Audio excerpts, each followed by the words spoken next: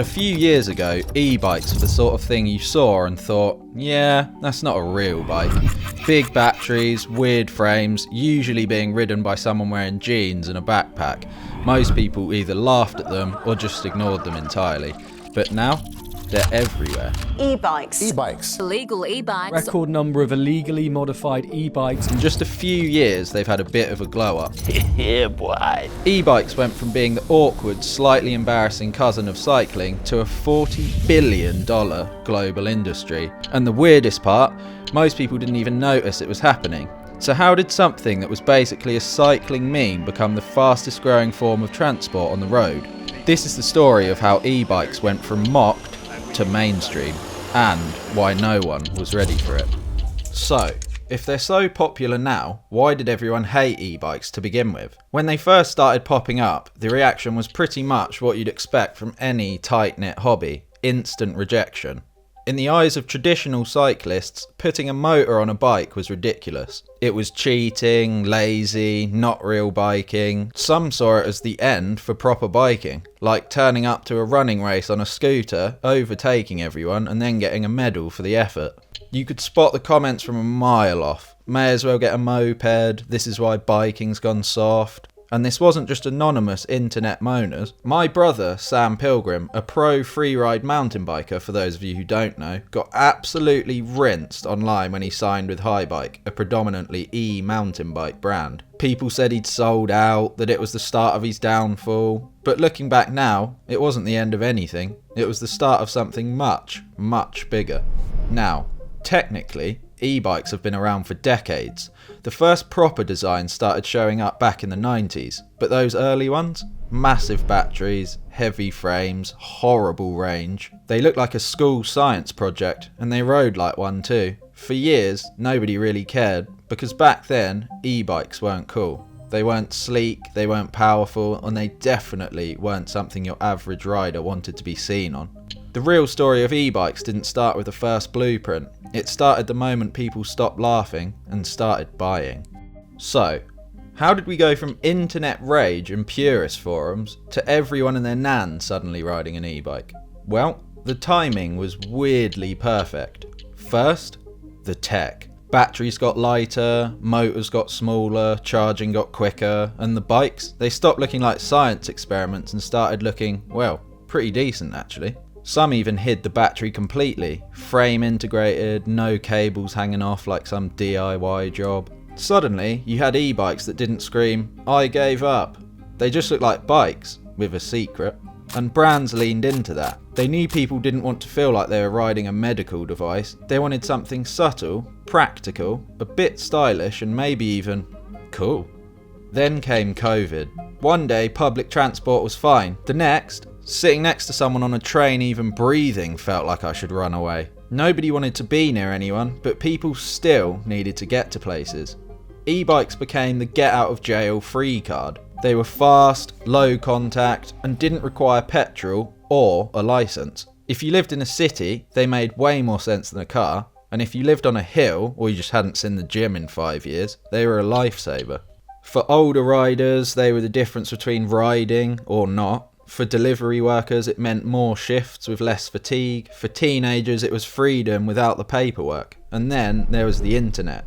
TikToks, YouTube reviews, influencers showing off their stealthy new ride. Even governments jumped on board. Some offered subsidies or tax breaks just to get people riding. It wasn't just a trend anymore, it was a shift. In some places, e-bike sales actually overtook regular bikes. In others, they outsold electric cars. And the best part? The same people who once scoffed at them now had one in the shed. The switch flipped. E-bikes weren't the weird option anymore, they were just the obvious one. As e-bikes took off, the rules started getting messy. In the UK and in much of Europe, any e-bike with a motor rated over 250 watts is no longer considered a bicycle. If it goes faster than 15.5 miles an hour using that motor, same deal, it becomes a motor vehicle, and that means registration, insurance, a number plate, the full works. The logic is, if it's faster, it must be more dangerous, but if that's the benchmark, it's a weird one. We already let people legally drive cars that weigh 2 tons and can go 150 miles an hour, but a push bike with a slightly stronger motor? That's apparently where we draw the line.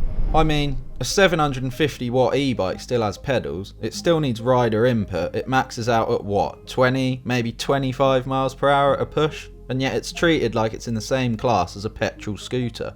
It makes no sense, and worse, it completely ignores context. For example, say you buy a 500 watt bike, totally fine for your private land. You ride it on a steep hill near your home because you're older or you have bad joints or you just can't manage the climb unassisted. Technically, illegal, even if you're going slower than the guy bombing past you on a road bike.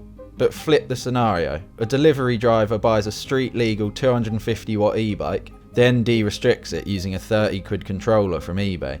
Now it's doing 35 miles per hour, and no one even notices. The current laws don't account for how the bikes are used, they just care about a number stamped on a spec sheet, and that opens up a bigger problem. Because there's now this huge grey area, where thousands of riders are technically breaking the law, but no one's enforcing it. Not consistently anyway. And we all know what happens when laws stop making sense. People stop caring about them. That's when it gets messy. It also doesn't help that people lump everything electric into the same category. A pedal assist bike with a mid-drive motor isn't the same thing as a Sur-Ron or a Talaria, which are electric motorbikes literally built for speed and power. But to the average person, or more so the average news outlet, that distinction doesn't matter. If it's got two wheels and a motor, must be dangerous. And that leads to bad headlines, bad takes, and bad regulation. It also leads to the wrong people being penalised. Because to some, a 750 watt e-bike isn't some speed demon, it's a lifeline. For older people, for those with mobility issues, for commuters who live 5 hills away from the nearest town centre. That extra wattage isn't about being lazy, it's about making the ride possible. But the law doesn't see that. It sees a number and shuts the door. And here's the bit that I really can't wrap my head round. We don't ban sports cars just because they could be driven recklessly. We don't shut down the M1 because someone crashed. We trust people to use these things responsibly, and we punish misuse when it happens. So, why are e-bikes suddenly being treated like the dangerous exception? If we really wanted smarter regulation, we'd focus on how bikes are used, not just what they're capable of. We'd stop assuming power equals risk, and we'd stop pretending that all this is black and white. Because right now, a lot of the people being punished, well, they're just the ones trying to get around. You wouldn't have thought we'd ever have to ask this, but here we are. What even counts as a bike anymore? It used to be obvious. 2 wheels, pedals, a chain, maybe some mud guards if you felt like it. But now, throttles, smartphone apps, hill sensors, integrated batteries, some don't even look like bikes anymore. Some have no visible pedals, some cost more than your first car, and others look like a Tesla design intern got bored on their lunch break. But for all the variety, one thing's the same. Nobody can seem to agree on what they even are.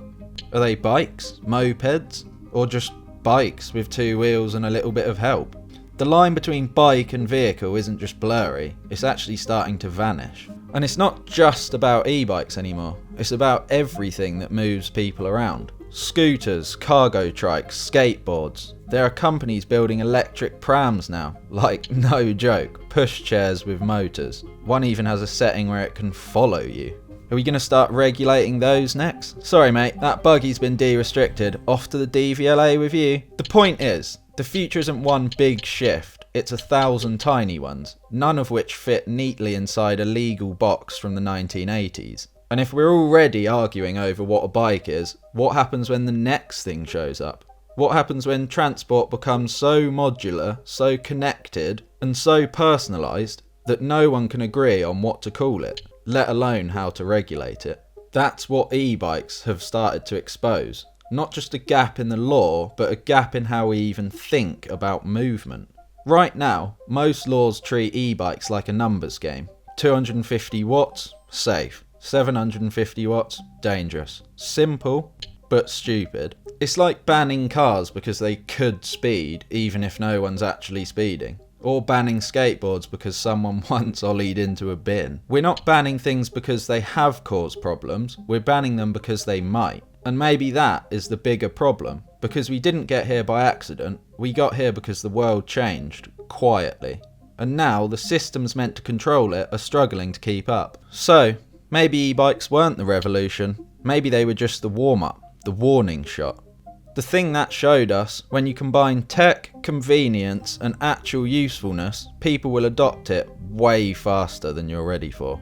And so, what else are we still underestimating?